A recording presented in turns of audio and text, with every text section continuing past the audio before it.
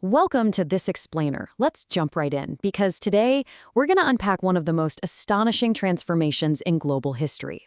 We are looking at the architects of empire, specifically the story of British ascendancy in India.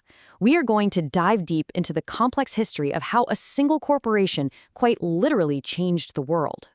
Okay, so let's tackle this massive historical mystery. How on earth did a trading company from a small island nation manage to defeat every single European rival and eventually establish rule over the entire Indian subcontinent? I mean, it sounds almost like fiction, right? But the answer isn't found in just one lucky battle. It was actually a methodical, calculated convergence of several really powerful forces. Now, this definitely wasn't some sudden overnight invasion. We're talking about a gradual process spanning centuries. It started simply enough back in 1498 with Vasco da Gama's search for spices, and then it escalated step by step, port by port, before culminating in major territorial conquests in the 1750s and 60s with massive battles like Plassey and Buxar. To understand this absolutely improbable rise, here is our roadmap. We are going to investigate 6 core pillars today: the race for India, ruling the waves, the financial engine, discipline and military might, the master diplomats, and finally, the transition from traders to rulers. Let's get into it. Section 1. The race for India, competing European powers. All right, let's set the stage, because the English definitely weren't the only ones eyeing India's incredible wealth. But here's the thing. While the Portuguese, the Dutch, and the French all had early advantages, internal crises ultimately held them back. The English, well, they carefully studied the political conditions and learned from their rivals' mistakes. They noticed Portugal's aggressive missionary work just spread local hostility. The Dutch were heavily distracted by the spice trade over in Southeast Asia, and France was bogged down by serious political and financial crises back home.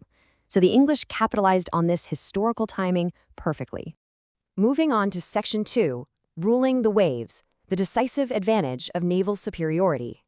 You see, naval control dictated absolutely everything on land. The British Navy's dominance allowed the English to efficiently transport soldiers and weapons, all while simultaneously protecting their highly lucrative trade routes. But more importantly, it choked out the enemy. During the Carnatic Wars, for instance, the French were left completely stranded simply because British forces locked down the seas. No way in, no way out. Which brings us to Section 3, the financial engine.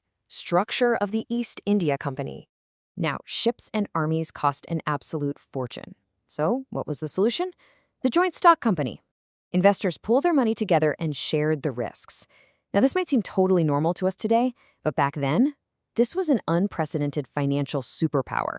It meant the company could raise immense capital and sustain incredibly long, expensive military campaigns without going bankrupt. On top of that, Britain possessed a massive advantage in the debt market. Backed by a highly developed banking system and the early economic boost of the Industrial Revolution, the British government and its merchants could borrow enormous sums to fund their expansion. Rival companies, on the other hand, lacked this sophisticated banking structure and constantly faced financial ruin. Essentially, the British simply outspent them. It was a real game changer. Next up is Section 4. Discipline and military might, training and organization. Look, money buys resources, for sure, but you still need to actually win on the battlefield. And while Indian armies were massive, they frequently lacked modern military coordination. The Europeans' systematic training, strict command structures, and highly effective artillery gave the English a massive edge in combat.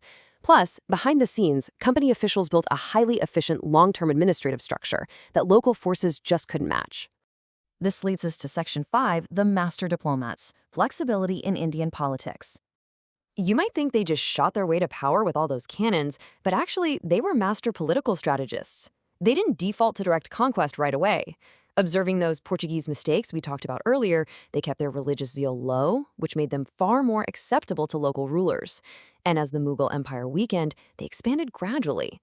We're talking forming strategic alliances with local leaders and bankers, and actively interfering in succession disputes to install puppet leaders who heavily favored company interests.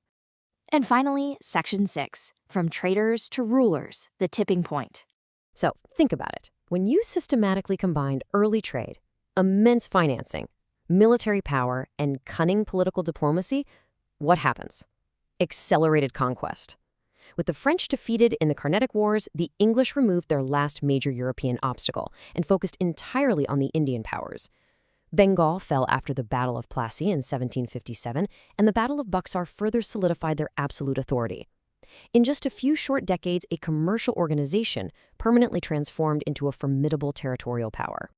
What you really should take away from this explainer is that this wasn't just some corporate success story. The arrival of Europeans looking for spices culminated in nearly 2 centuries of British rule. The English East India Company leveraged naval strength, joint stock financing, disciplined militaries, and strategic diplomacy to alter the destiny of the entire Indian subcontinent forever. As we reflect on this incredible and complex piece of history, I want to leave you with this final provocative thought to ponder. We just explored how a trading company conquered a continent by acting like a sovereign nation. So ask yourself, what actually happens when corporate power perfectly merges with state military might? Thank you for joining me on this deep dive, and keep asking the big questions.